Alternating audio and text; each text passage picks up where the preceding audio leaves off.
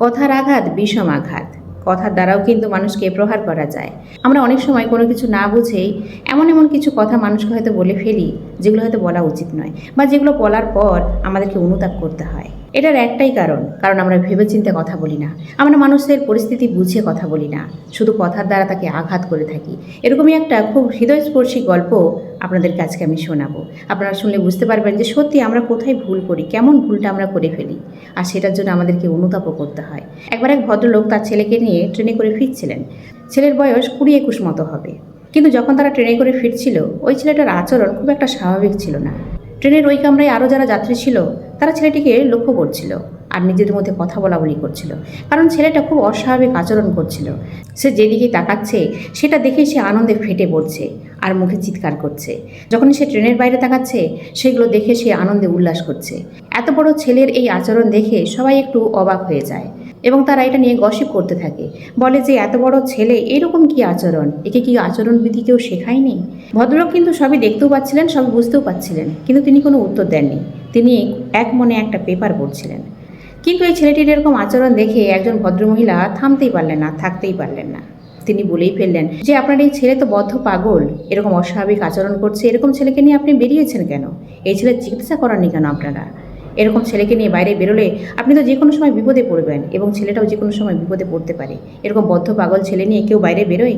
এই কথা শুনে সেই ভদ্রলোক তখন পেপার রাখলেন আর বললেন যে হ্যাঁ, ঠিকই বলেছেন, চিকিৎসা আমি করাতে পারিনি এই ছেলের, তবে মাথার নয়, ওর চোখের।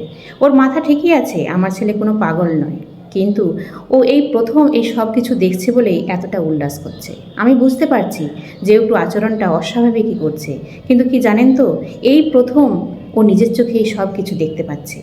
আসলে আমার ছেলের খুব ছোটোবেলায় একটি অ্যাক্সিডেন্টে তার দৃষ্টিশক্তি হারিয়ে যায়। সংসারে অভাবের কারণে আমি ছেলের ভালো করে চিকিৎসা করাতে পারিনি। যেখানে যখন ডাক্তার দেখিয়েছি সবাই বলেছেন যে এর চোখের অপারেশন করাতে হবে, কিন্তু টাকার অভাবে আমি সেটা করে উঠতে পারিনি। আজ এত বছর পর, ছেলে এত বড় হয়ে যাবার পর, আমি কিছু টাকা জোগাড় করে ওর চোখের অপারেশন করিয়েছি। আর এই প্রথম ও এই সব কিছু নিজের চোখে দেখছে। এখনো পর্যন্ত ও ওর মায়ের মুখটাও দেখেনি। আর আপনারা এত কথা বলছেন, মানুষের সান্নিধ্যও পেয়েছে, কিন্তু কখনো নিজের চোখে দেখেনি বলে আজ হয়তো একটু বেশি উল্লসিত হয়ে পড়েছে। কিন্তু আপনাদের কথাটা ভীষণই কষ্ট দিল আমাকে। এই কথা শুনে ওই ভদ্রমহিলা লজ্জায় মুখ নিচু করে দিলেন, আর সেই কম্পার্টমেন্টের সবাই চুপ হয়ে গেল। সবাই বলতে লাগলো যে সত্যি এটা খুবই দুঃখজনক, আমরা সত্যি লজ্জিত, আমরা বুঝতে পারিনি, না বুঝেই আমরা অনেক কথা বলে ফেলেছি আপনাকে এবং আপনার ছেলেকে, আমাদেরকে ক্ষমা করবেন, আমরা সত্যিই লজ্জিত।